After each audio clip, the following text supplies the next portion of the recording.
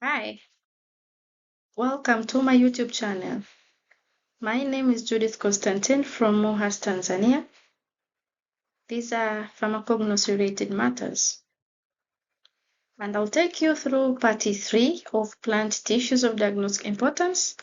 Remember, we have done something on the epidermal tissue system, and we are still on it. We did the epidermis in part 1. We did the trichomes and part of the stomata in part 2. And here we will continue with the stomata. Remember, we ended somewhere where we were to discuss about the types of stomata. So please remember to have to subscribe, comment, share with someone if you have something to share, maybe have a reference material and anything important that can benefit everyone. Please feel free to share it down here under the comment section. So when you speak of types of stomata, they are classified based on the number and the arrangement of subsidiary cells surrounding the epidermal cells. We said something about subsidiary cells, that these are specialized epidermal cells to perform functions together with the guard cells in closing and opening of the stomata. Subsidiary cells are very important in the classification or when we are classifying stomata based on their types. So remember, we have two things. The number in the arrangement of subsidiary cells will help us identify these types of stomata. The type of stomata is a key characteristic that is often consistent within plant species. So we will discuss this because they are often consistent. If it is anomocytic, it will always be. If it is anisocytic, it will always be. However, often when viewed under the microscope, the outlines of epidermal cells and stomata do not appear as defined and as the line drawings. So the line drawings help us identify, help us try to figure out what we have seen under the microscope. This is due to the combination of biological factors and technical limitations of the light microscope. So the line drawings are idealized, simplified representations of biological structures that we will see under the microscope.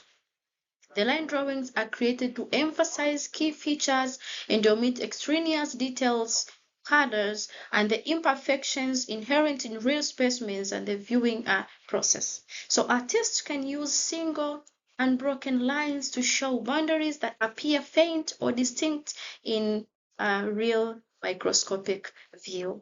So this is the importance of line drawings. And as we discuss the types of stomata, we will use the line drawings to depict what we actually see under the microscope.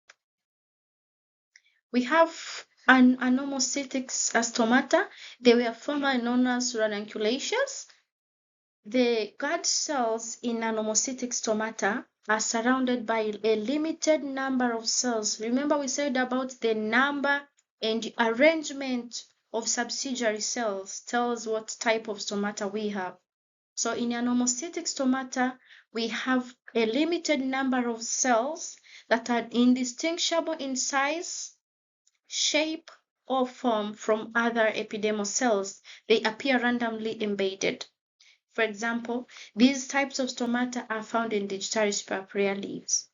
They are known as irregular celled stomata because we cannot distinguish between typical epidermal cells from the subsidiary cells. They look alike, they look similar.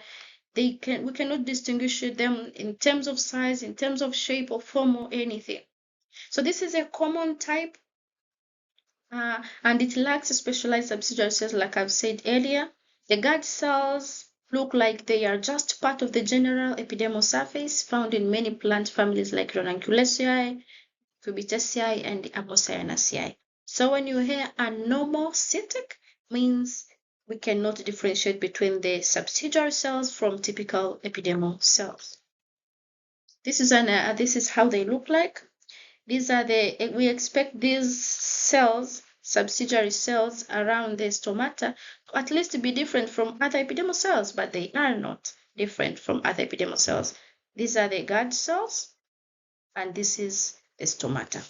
So the number and the arrangement of these subsidiary cells give us the name anomocytic. When we talk of anisocytic stomata, which was formerly known as cruciferous, the stomata here is surrounded by 3. Remember about the number? 3 unequal sized subsidiary cells, one of which is distinctly smaller than the other 2. For example, in Hyoscyamus nigra, in Atropa belladonna, they are called unequal celled stomata. Here we have 1, 2, 3. And the third one is tiny than the other 2, so it is anisocytic. The same applies here. We have this big 1, this big 1, 2, and we have this smallest, the tiny one, which appears smaller than the other 2. That is anisocytic type of stomata. We have a paracytic type of stomata, formerly known as rubiaceous, where the stomata has 2 subsidiary cells. 2. Pay attention to the number of stomata and the way they are arranged around the guard cell. I mean to the number of subsidiary cells and the way they are arranged around the stomata or around the guard cells. So in parasitic stomata, the stomata has 2 subsidiary cells on each side with the long axis parallel to the pore of the guard cells. This is occurs in Cassia angustifolia. That is just an example. So parasitic stomata are a common type of plant stomata complex where the guard cells are flanked by 2 subsidiary cells that run parallel to the guard cells and stomatopore, appearing like parallel cells. So they are called parallel-celled stomata, and they are found in hundreds of dicot families, for example, Rubiaceae. So looking at this type of stomata, this is a parasitic type of stomata. We have, this is guard cell and this is a guard cell. So this is the stomata. And we have 2 subsidiary cells surrounding the guard cell. They run parallel to the guard cells and the stomatopore. The same applies here. They run parallel to the stomata, to the guard cells and the stomatopore. Another type is a diacytic, formerly known caryophyllaceous. The diacytic type of stomata, the stomata is enclosed by 2 subsidiary cells. But how are they arranged compared to parasitic? Their long axes are arranged at right angles to the pore of the stomata in the guard cells. Example, Rosmarinus officinalis, Mentha piperita. This type is characterized by 2 subsidiary cells that surround the guard cells at right angles. This is something to note. In parasitic, they are parallel. In diacytic, they are at right angles to the stomatopore, resembling a pair of tongues or cross-section. So they are called cross-celled, and they are common in dicotyledonous plants. Here is what we see. This is a guard cell. This is a guard cell. 2 guard cells surrounding this is a subsidiary cell, and this is a subsidiary cell surrounding the guard cells. These are guard cells, and this is a stomatopore. So they are arranged at right angles to the stomatopore, and the same applies here. Parasitic, they are parallel, and here they are arranged at right angles. Another type of stomata is actinocytic, normally called radiate-celled. The stomata here is surrounded by 4 or more cells elongated radially. The subsidiary cells are arranged along the radii of the cycle, for example, in Pilocarpus jaborandi. Actinocytic stomata are characterized by guard cells surrounded by at least 5 radiating subsidiary cells. Pay attention to the number of subsidiary cells and their arrangement around the stomata.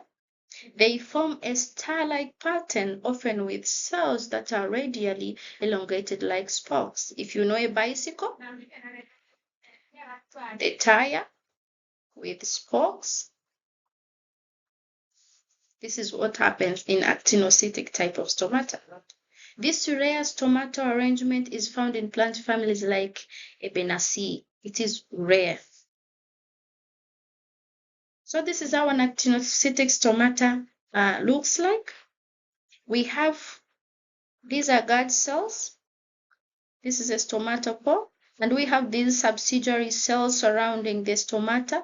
1, 2, 3, 4, 5.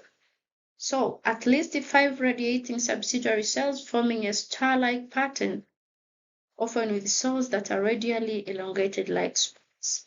So this is what we're talking about when we say of actinocytic stomata. Generally, this is what we have discussed about the stomata. These are the various types of stomata and their plant sources. Please make sure you have a 16th edition of Trees and Evans to enjoy more when speaking of these types of stomata. You remember? Anomocytic, anisocytic, anisocytic 2, diacytic, paracytic.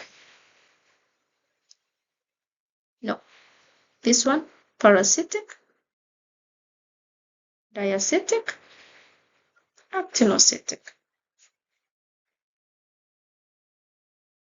So in our next part, that will be part 4 of plant tissues of diagnostic importance, we are going to discuss about the stomata index. Hello, the stomata, the topic about stomata is very wide, and actually I have discussed very few issues, but at least in this section we know the types of stomata. By looking at the line drawings, we can differentiate various types of stomata. And the next part, that will be part 4 of plant tissues of diagnostic importance. I will be discussing about stomata index, stomata number, stomata morphology, and stomata distribution. So don't miss part 4 of plant tissues of diagnostic importance. Please subscribe, share, comment, drop a useful reference material, and see you in part 4 of plant tissues of diagnostic importance. Thank you.